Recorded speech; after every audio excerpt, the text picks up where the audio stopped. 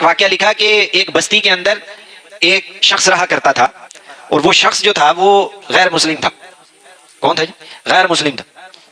اب وہ قریب سے چوروں کا ایک قافلہ گزرا، ڈکیت تھا، چوروں کا ایک قافلہ گزرا، تو وہ قافلے نے سوچا کہ اب کہیں نہ کہیں پڑاؤ تو کرنا ہے، تو 4 5 6 7 ہوں گے ڈاکو۔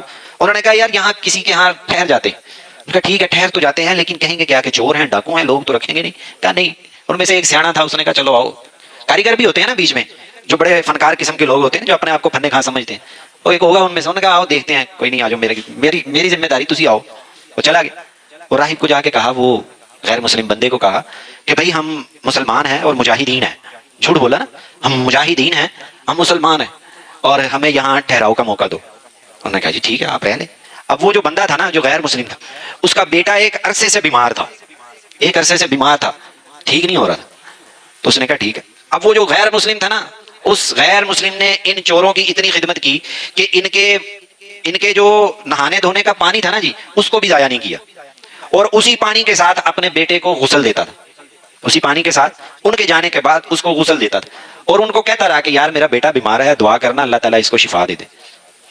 انہوں نے کہا ٹھیک ہے اللہ تعالیٰ آپ کے بیٹے کو شفا دے، اور اسی پانی کے ساتھ اس کو غسل دینا شروع کر دیا۔ اس پانی کس کا؟ چوروں کا۔ نام کس کا لیا؟ مجاہدین کا، اور غیر مسلم کے گھر میں رہ رہا۔ کہتے ٹھیک ہے۔ اب کیا ہوا کہ جب وہ واپس آئے تو انہوں نے کہا یار پھر اسی گھر میں رہتے ہیں، بندہ بھی جان پہچان ہوگی ہے، گپ شپ بھی ہوگی ہے، اسی گھر میں جا کے رہتے ہیں۔ انہوں نے کہا ٹھیک ہے۔ اب جب وہ گھر گیا، کچھ دن کے بعد جب اس گھر گئے دوبارہ، تو وہ جو بچہ تھا وہ ماشاءاللہ سے تندرستی کے ساتھ چلتا پھر رہا تھا۔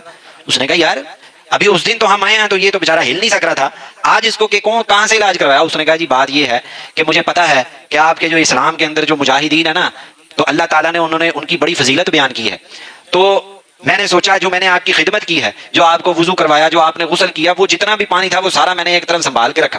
آپ کے جانے کے بعد اس پانی کے ساتھ اپنے بیٹے کو میں غسل دیا کرتا تھا، اللہ تعالیٰ نے اس پانی کی برکت سے میرے بیٹے کو شفا عطا فرما دی۔